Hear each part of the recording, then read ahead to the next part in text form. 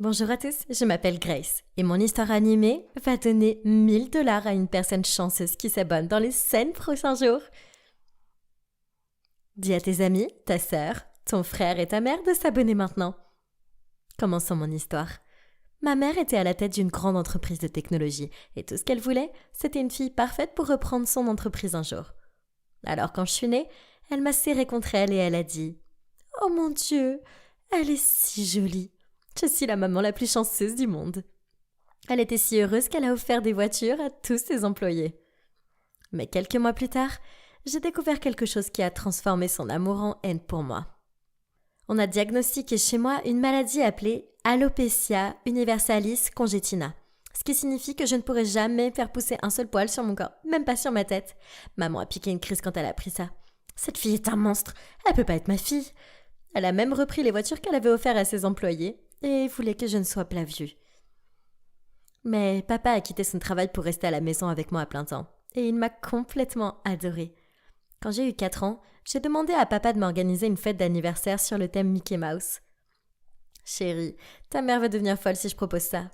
Mais papa, elle deviendra folle si elle découvre. On peut faire la fête quand elle n'est pas là.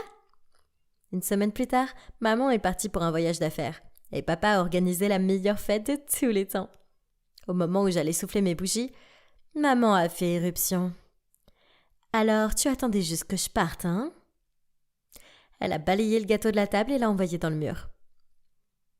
Qu'est-ce qu'il y a à célébrer chez elle ? Elle peut même pas faire pousser ses cils. Et en quoi c'est ma faute ? Plus tard cette nuit-là, j'ai glissé du caca de chat dans la litière de toutes les chaussures de marque. Ses cris le lendemain m'ont fait danser de joie. Mais ensuite, elle a fait quelque chose qui a vraiment dépassé les bornes. Un jour, alors que j'avais 5 ans, j'ai vu une longue file de personnes qui se tenaient dehors. Chacune avec une fille de mon âge. Quand j'ai couru vers mes parents pour leur dire, maman s'est levée de la table. « Oh, eh bien, les gens de l'adoption sont là. »« Quelle adoption ? De quoi tu parles ?» J'ai contacté différentes agences d'adoption pour qu'elles me ramènent les meilleures filles. J'ai besoin d'une fille avec des cheveux pour représenter ma société un jour.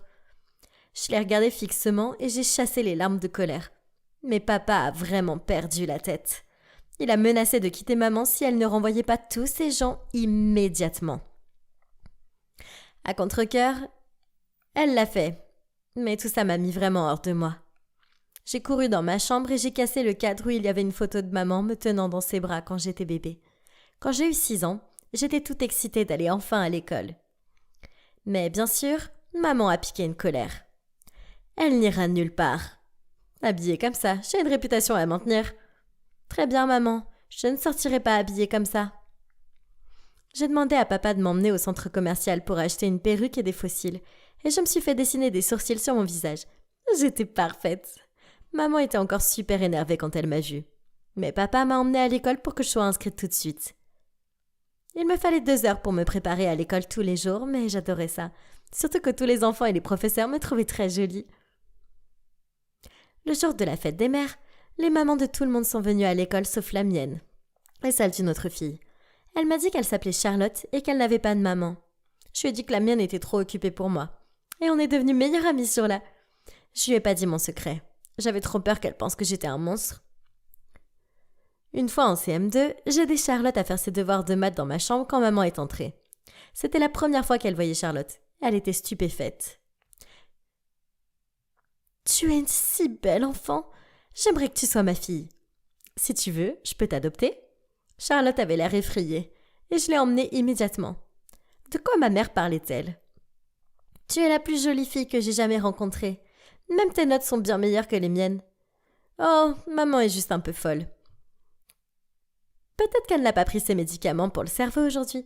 Après ça, je ne l'ai invitée que lorsque j'étais sûre que maman n'était pas là. J'ai réussi à garder mon secret bien gardé. Et lorsque nous sommes arrivés en 3e année, j'étais l'une des enfants les plus populaires de l'école. Je me suis souvent demandé si les gens seraient aussi gentils s'ils savaient la vérité sur moi. Un jour, au déjeuner, un groupe de pom-pom girls est venu m'aider à une grande fête autour de la piscine. « Oui, bien sûr. Charlotte et moi, on sera... Burke, pas Charlotte. Juste toi. C'est une fête réservée aux enfants cool. » Charlotte est devenue toute rouge et s'apprêtait à partir, mais je me suis tournée vers les pom-pom girls et j'ai dit « Désolée, mais si ma meilleure amie ne vient pas, Alors je ne viens pas non plus. Ok, d'accord. Elle peut venir, peu importe. Le jour de la fête, j'étais entourée d'un groupe de garçons quand, soudain, Charlotte est arrivée en courant toute excitée et m'a prise à part. Tu te souviens quand je t'ai parlé de mon béguin, le nouveau garçon de mon cours de français? Il est là. À quoi j'ai l'air? Oh mon Dieu, il vient par ici, Grace. Il vient pour me parler. Qu'est-ce que je dois lui dire? Avant que je puisse penser à une réponse, le garçon était déjà à côté de nous. Mais au lieu de parler à Charlotte, il s'est tourné vers moi. Hey, je suis Daniel. Tu es Grace, c'est ça? Je t'ai souvent vue à l'école et je te trouve très jolie. Tu veux danser avec moi? Je voulais que le sol s'ouvre et m'avale. Je me sentais si mal à l'aise que je pouvais même pas regarder le visage de Charlotte. Mais soudain, Charlotte a méchamment écarté Daniel et m'a regardé fixement. Sérieusement? T'es une vraie sorcière. T'es même pas parfaite, alors arrête de faire comme si tu l'étais. Oui, ta mère m'a dit ton petit secret il y a bien longtemps. Et avec ça, Charlotte m'a poussée dans la piscine. Alors que je crachais et remontais à la surface, je me suis rendu compte que ma perruque s'était détachée et flottait à côté de moi. J'ai toussé mon visage pour voir des traces de maquillage sur mes doigts. Et puis, j'ai vu que tout le monde était figé sur place et me regardait fixement. Oh mon Dieu, elle a pas de cheveux. Elle est trop bizarre. Regarde-la, elle ressemble à Voldemort avec un nez. Oh, vraiment? Et si je te frappais pour le visage pour te transformer en Voldemort sans le nez? Daniel a écarté ses abrutis et a sauté dans l'eau pour m'aider à sortir. Tu vas bien? Je me suis sentie choquée et humiliée. Lorsque mes yeux ont rencontré ceux de Charlotte, j'ai vu une haine totale dans son visage. Elle s'est retournée et s'est éloignée. J'ai fondu en larmes et je me suis enfuie en courant. J'arrive pas à croire que ma meilleure amie puisse me faire ça. Quand je suis arrivée à la maison, je me suis enfermée dans ma chambre pendant des jours et je n'ai pas mis le thé dehors. Je savais pas comment j'allais pouvoir affronter à nouveau quelqu'un à l'école. Un soir, papa a frappé à ma porte et s'est assis à côté de moi. Ma chérie, tu peux pas te cacher éternellement. Tu dois retourner à l'école. Tu n'as pas vu les regards sur leur visage, ni entendu les choses qu'ils disaient de moi. Je suis un monstre, papa. Maman avait raison depuis tout le début. Non, c'est faux. T'es magnifique. Et le plus important encore, tu es intelligente et gentille. Et je suis sûre que tes camarades de classe étaient juste surpris de te voir comme ça.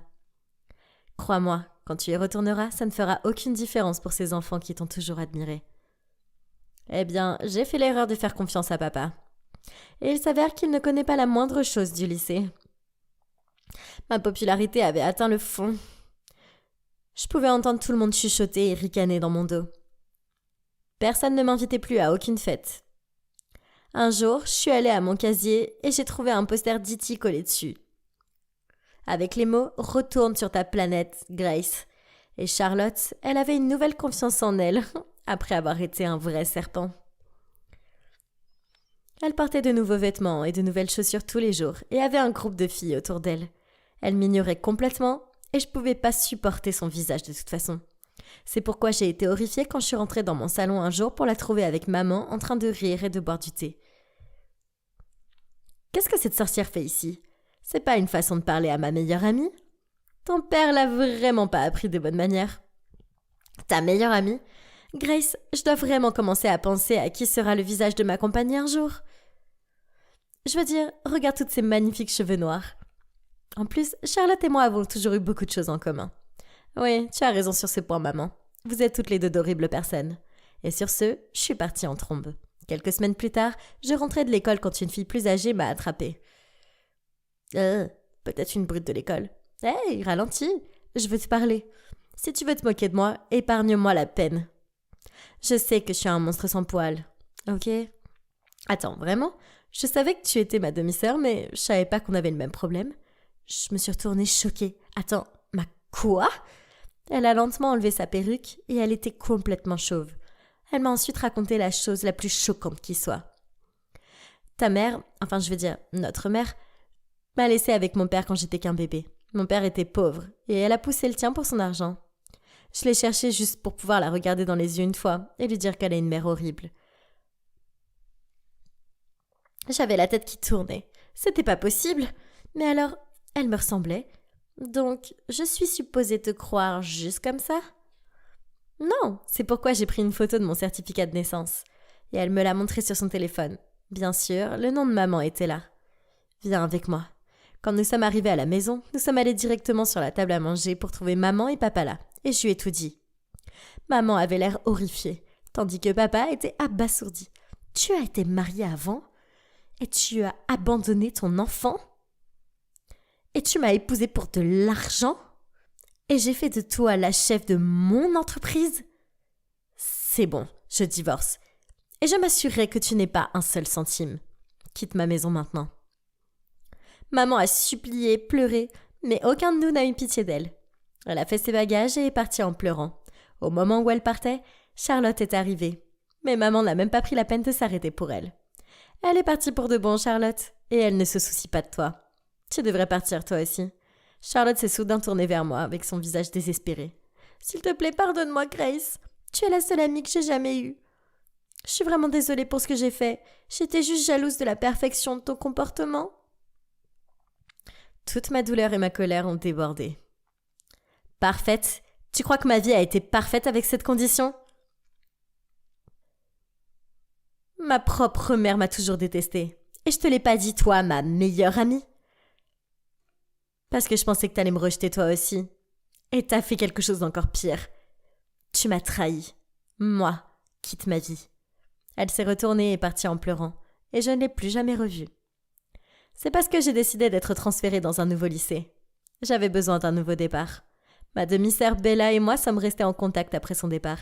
Et nous sommes devenus assez proches. Cette année-là, à Noël, elle nous a invités, papa et moi, à un dîner de famille. Quand je suis arrivée, j'ai été choquée de voir Bella se promener et saluer tous les invités, sans perruque. Et je devais admettre qu'elle était vraiment belle. Une petite fille s'est accrochée à moi et m'a dit « Tu es la sœur de ma cousine Taylor ? Tu es spéciale comme elle ?» J'ai souri.